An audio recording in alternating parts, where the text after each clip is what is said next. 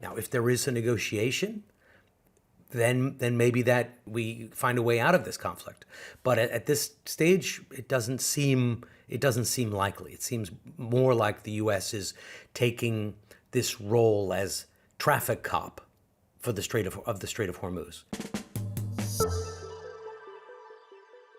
Hey, everybody, and welcome to Here's the Scoop from NBC News. I'm Yasmin Vasugian. So today on the show, how the U.S. is enacting its own partial military blockade of the Strait of Hormuz after Vice President JD Vance failed to reach a peace deal this weekend with Iran. Plus, the White House has launched a battle on another front with the Vatican, why President Trump and Pope Leo are at odds. Up first, though, after 21 hours of negotiations in Islamabad, what are the prospects for a permanent end to this war? For that, I want to bring in Chief Foreign Correspondent Richard Engel, who is on the ground for us in Tel Aviv. Hi, Richard. Hello, it's good to be back with you. How are you? Great to see you, as always. I want to start with what happened this weekend. Vice President JD Vance, he walked away from the talks in Islamabad without a deal. What were the sticking points? Why did it not go well? Basically everything. There's been no public readout, but there have been quite a few private readouts from the Pakistanis, from the Iranians, from some unnamed, clearly Trump administration officials. And it sounds like they were miles and miles apart on almost everything. The Iranians said that they basically just don't trust the Americans, that they don't trust this process. They don't think that the negotiations are going to end with anything but more war, because they've been through this process twice now. There might be more negotiations, but as far as we can tell, it was about enrichment. So the Americans were insisting that Iran not have any capacity to enrich, which is something that has gone back and forth. The Americans have sometimes said that the Iranians can enrich a little bit, only for civilian purposes and medical purposes. Then at other times they've said they can't enrich at all. So it seems that the U.S. came in with this blanket no enrichment at all, even for medical purposes or civilian purposes. They had to hand over this 900 pounds of more highly enriched uranium. And the Iranians have said they'll do this, but they're trying to figure out the terms. They couldn't agree on that. Sanctions relief. The Iranians want all sanctions removed immediately, and they want reparations for what was done, the damage that has been done over the last month or so. They didn't agree on anything. And seemed to be very, very far apart, even after 21 hours talking to each other in the lovely Serena Hotel in Islamabad. So one of the key U.S. demands for this ongoing ceasefire, and also discussion that happened when it came to an end to this war, is the governing of the Strait of Hormuz, right? The management, I should say, of the Strait of Hormuz, and the opening of the Strait of Hormuz. That has not happened. The Strait of Hormuz is not open. And now the president has launched a U.S. blockade at the Strait. Why is he doing this? And what does it actually look like? What is actually happening in the water there with this blockade? So going back before this war, the shipping was flowing through the Strait of Hormuz easily, normally, no issues. And about 100 ships a day, and this was this critical lifeline for the world's oil and gas. After the war began, Iran responded by launching attacks on countries in the Arab countries in the Gulf, primarily countries that have U.S. bases, and by closing off the Strait of Hormuz, except to friendly countries, China and Russia primarily. And there is this, the Trump administration says that they've been charging a $2 million toll for ships to pass through. Now, the Iranians deny this, by the way. They say the strait is open for any non-hostile act.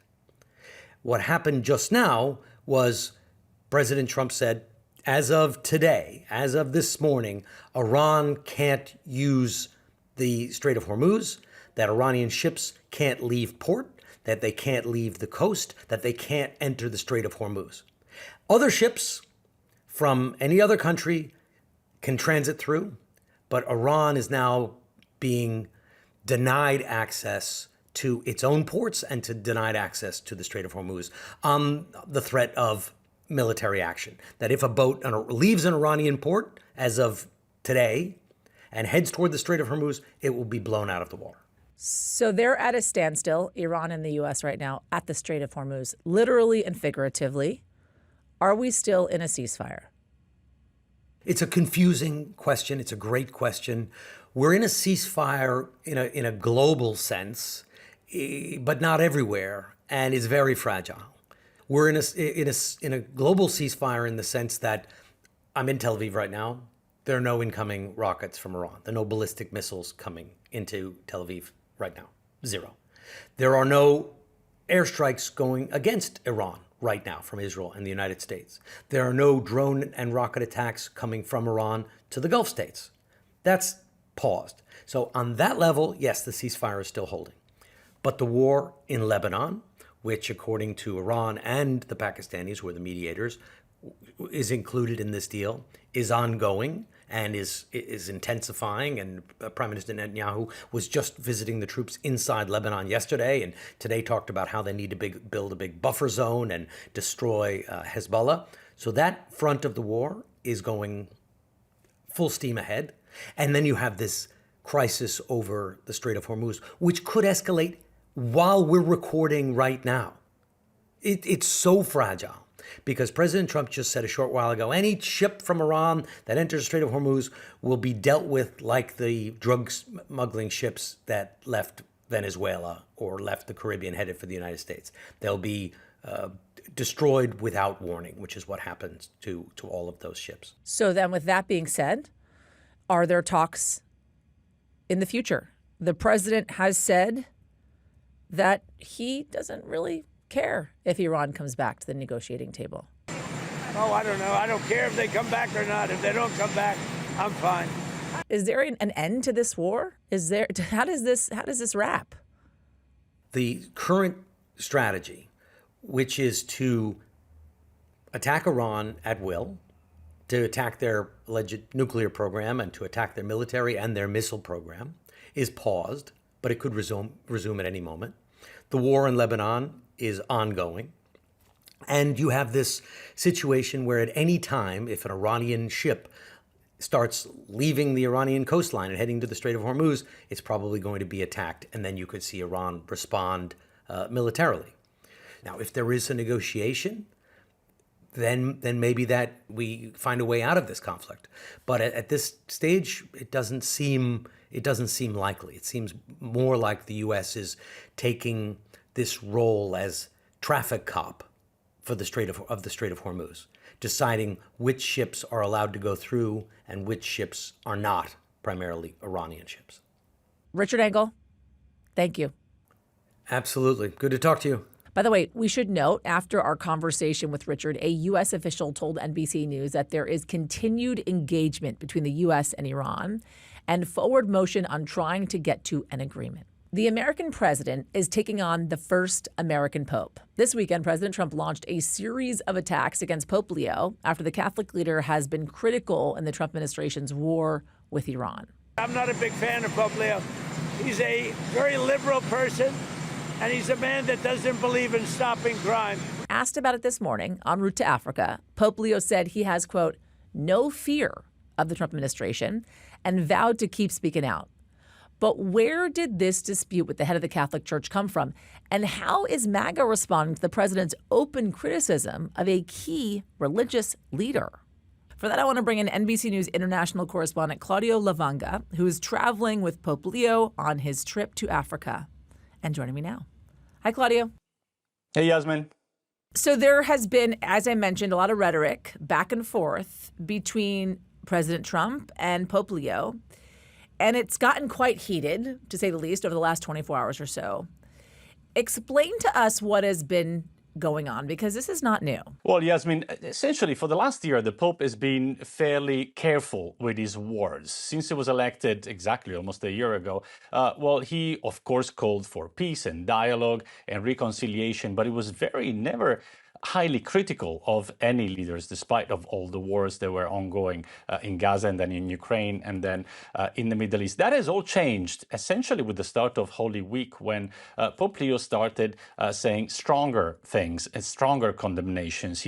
For instance, he said that God does not answer prayers of those who wage wars. And that appeared to be a direct reference of members of the Trump administration who appeared to use God as a way to justify their war in Iran. Then he said, he called for a prayer for peace. Just on Saturday, just as JD Vance and the U.S. delegation were in Pakistan starting negotiations with Iran, he said strong things like that.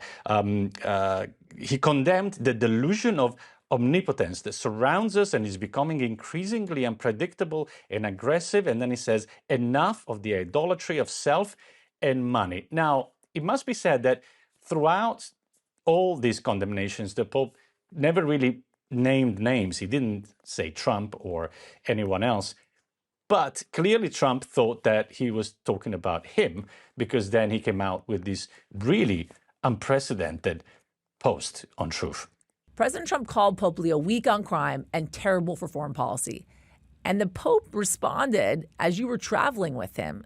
So what did he actually have to say? Well, this morning while I was on the plane with Pope Leo from Rome to Algiers here, we only get to ask a very quick question. So I thought I will ask him about the post that Trump had on Truth Social, in which he accused the Pope of all kinds of things. He said that he doesn't like the Pope, that the Pope is okay with Iran having a nuclear weapon. He said, well, I did ask him about that. Well, what do you think about him calling you terrible with foreign policy? And he said, look, I'm a peacemaker. I'm not a politician. I have no fear of neither the Trump administration nor speaking out loudly about the message of the gospel. And that's what I believe I am called to do, what the church is called to do. If we're not politicians, we're not looking to make foreign policy, as he calls it, with the same perspective that he might understand it. But I do believe that the message of the gospel, blessed are the peacemakers, is a message that the world needs to hear today. Also, in that post, President Trump said that the Pope would have not even been elected if Trump was not in office, because he said that he was elected just because he was an American, and the cardinals thought that he was the right person to deal with President Trump. He also said that he prefers the Pope's brother, Louis, because he said that he's MAGA. So it was a very, very personal attack. There was this photo that the president had posted, and it made him look a lot like Jesus, reaching down with healing hands. It has since been taken down, but it did get a lot of backlash. What has been the reaction from Catholic circles around the world to the way the president has depicted himself, and to this ongoing fight now between the Pope and the president?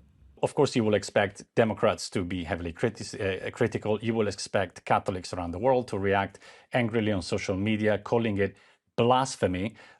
What really struck me is that even people from Trump's inner circle thought that that was too much.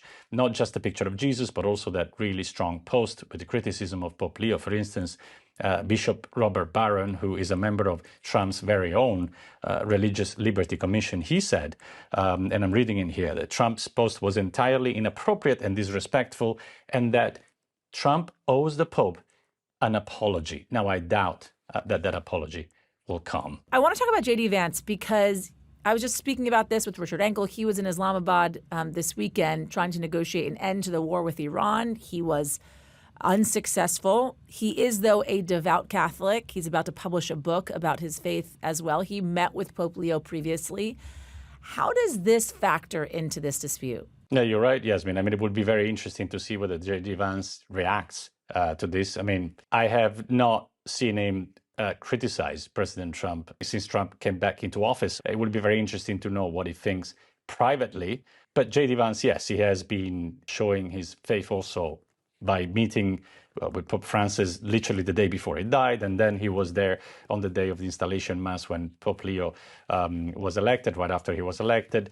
So he's never, hid his connection there. What does this moment mean for the way in which Pope Leo is taking the church, the direction to which Pope Leo is taking the church, this fight that he's having with the president? Well, Yasmin, I like to say that, the Leo is now roaring because essentially until now, as I mentioned earlier, since he became Pope last year, 1 year ago, he was such a striking difference from his predecessor, Pope Francis. Pope Francis was upfront, he was direct, he used strong words, he used to say things off the cuff, unpredictable. Pope Leo was a lot more careful with words, even too careful, some people will say, even Catholics, especially when it came to the war in Gaza and the war in Ukraine and so forth. And that has all changed literally on Palm Sunday, at the beginning of Holy Week, when he started to say really strong things, reacting also to the way that some members in the Trump administration were kind of using God and religion to justify the war with Iran. He started to say, God does not answer prayers by those who wage war, and all that kind of things that clearly he wasn't mentioning anyone by name, but clearly, President Trump thought he was talking about him. Claudio Lavanga, thank you. Thank you for having me. President Trump was asked today if he will apologize to Pope Leo for the comments he made on Truth Social. No, I don't, because Pope Leo said things that are wrong. He was very much against what I'm doing with regard to Iran, and you cannot have a nuclear Iran. President Trump also said he thought the controversial AI image he posted showed him as a doctor. All right, that is going to do it for us. Here's the scoop from NBC News. I'm Yasmin Vestugin. We'll be back tomorrow with whatever the day may bring. And if you like what you heard and you saw, press the subscribe button. We'll see you tomorrow. We thank you for watching, and remember, stay updated on breaking news and top stories on the NBC News app or watch live on our YouTube channel.